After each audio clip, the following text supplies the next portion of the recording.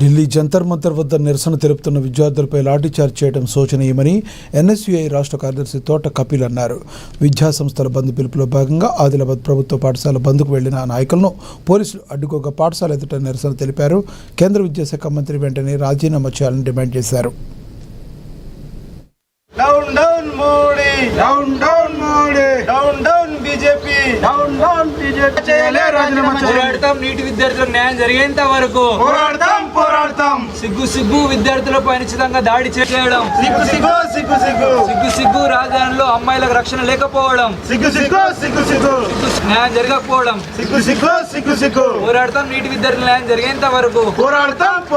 విద్యార్థి సంఘాల ఐక్యత వర్ధిల్లాలి, విద్యార్థి సంఘాల ఐక్యత వర్ధిల్లాలి. ధర్మేంద్ర ప్రధాన్ सीपादो नीट स्टूडेंट को न्याय दो. 2026 నీట్ పేపర్ లీక్ అయిన విషయం గత 20 రోజులుగా ఢిల్లీలోని జంతర్ మంతర్లో విద్యార్థులు పెద్ద ఎత్తున నిరసనలు తెలియజేస్తున్నారు.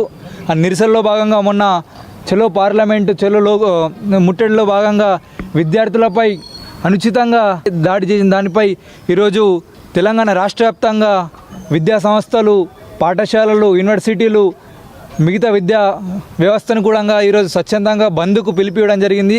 అందులో భాగంగా ఈరోజు పాఠశాలలు, స్కూళ్ళన్ని, కళాశాలలు కూడా బంద్ చేయడం జరుగుతుంది. ఈ దాడిని ఈ దేశ భవిష్యత్తు అయిన విద్యార్థులపైన జరిగిందని పరిగణిస్తూ ఈరోజు అందరం కూడా ఒకటి తాటిపై రావాల్సిన విషయం ఇది. విద్యను పరిరక్షించుకోవాలి, రాజ్యాంగ హక్కుల్ని కాపాడుకోవాలి. దీనికి అన్ని విద్యా సంస్థలు కూడా స్వచ్ఛందంగా బంద్ చేసి ఈ బంద్ను విజయవంతం చేయడం జరిగింది. ప్రభుత్వ పాఠశాలలు కూడా ఈరోజు మనందరికీ తెలిసిన విషయమే. ఇది దేశం బాగుండాలంటే విద్యార్థులు యువకులు బాగుండాలి.